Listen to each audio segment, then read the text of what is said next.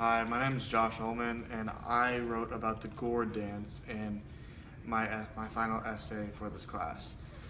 It really interests me to think about the Gourd Dance, mostly because it kind of brought people together. It was a big thing, and the powwow really interested me as well. Because first off, it was one of our first topics, and the video really interested me because it just seemed like a very big gathering of.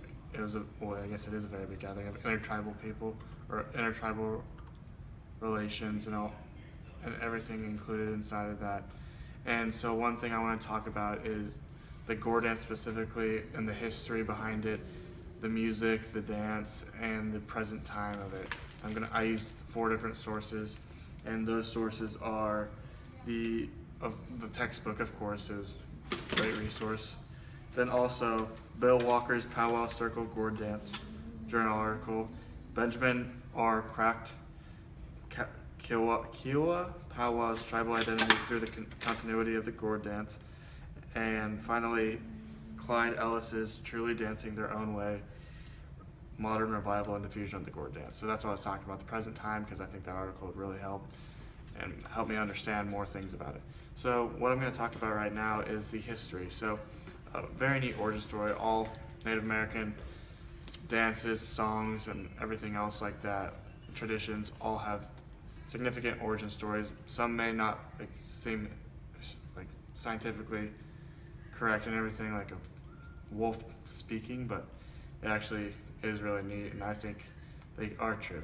So what I believe what the story is for the Gourd dance and the origin of it is a Kiowa warrior was with his tribesmen going from they're just walking through the forest, and he got lost, and he thought he'd never get back out, and then he ran out of food and water, and he was about to give up hope, but then he heard this weird singing noise, and he thought it was beautiful, and he followed that noise until he finally found the source of it.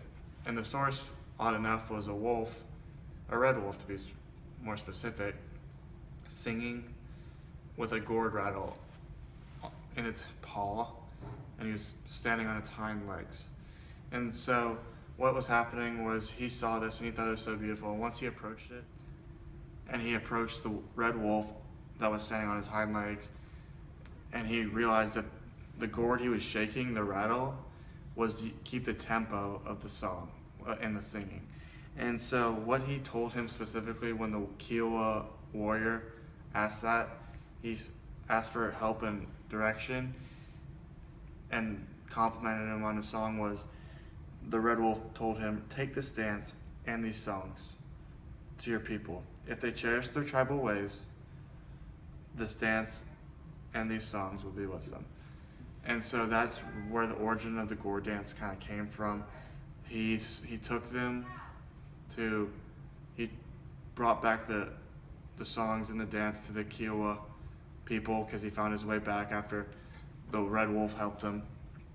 And that was kind of the origin story behind it, because that dance really proves that he's just so grateful, and the warrior himself is just so grateful that he could find his way back to his tribesmen even though all hope was lost.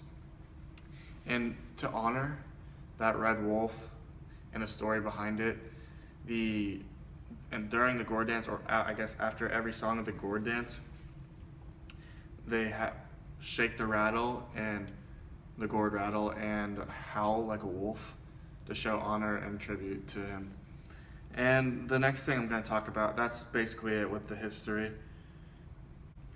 But what this backstory really does is it helps people understand the history of the Kiowa people and connect with their Native American side, because a lot of times, and especially between 1950s-ish and 60s, and still I guess today, the Native American people are not as connected, and there's not as much of a greater population as there used to be. So the culture itself is to be brought together by the Kiowa people.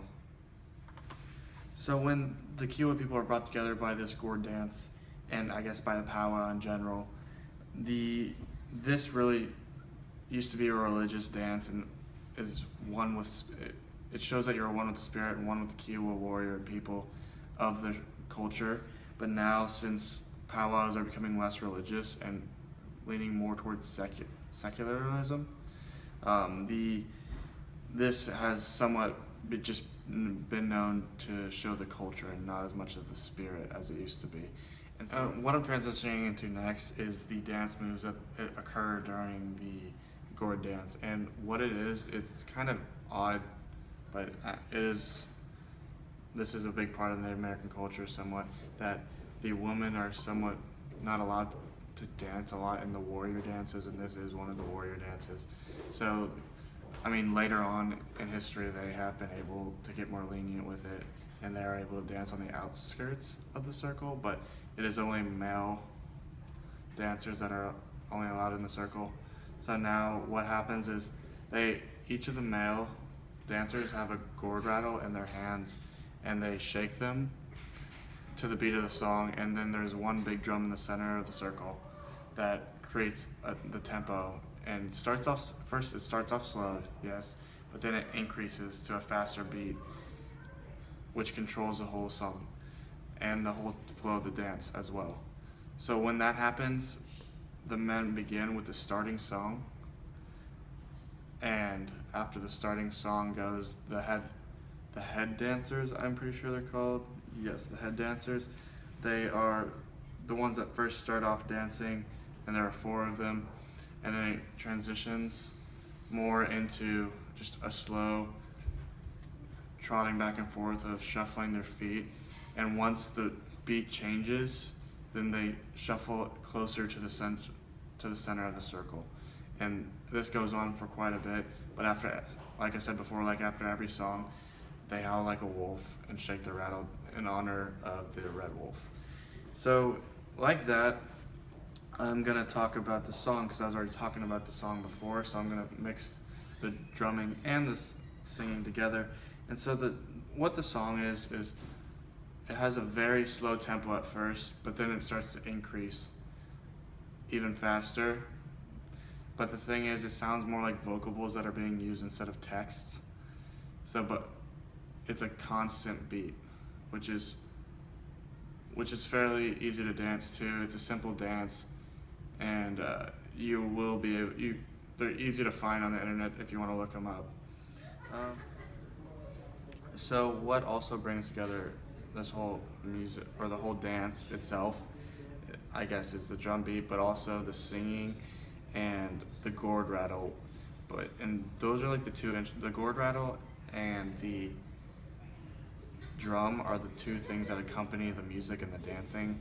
So that's really it. But first off, the dynamic of it starts off slower in the beginning, but once it's like a few minutes or a few seconds in, it transitions into a harder, more upbeat tempo and dynamic, which creates faster movements of the legs and more intense chanting and vocables used, and louder, and it gets increasingly louder. So the next thing, which is important, it can be connected to the history, is the present day regalia and the past regalia, and also what is revitalized in society today.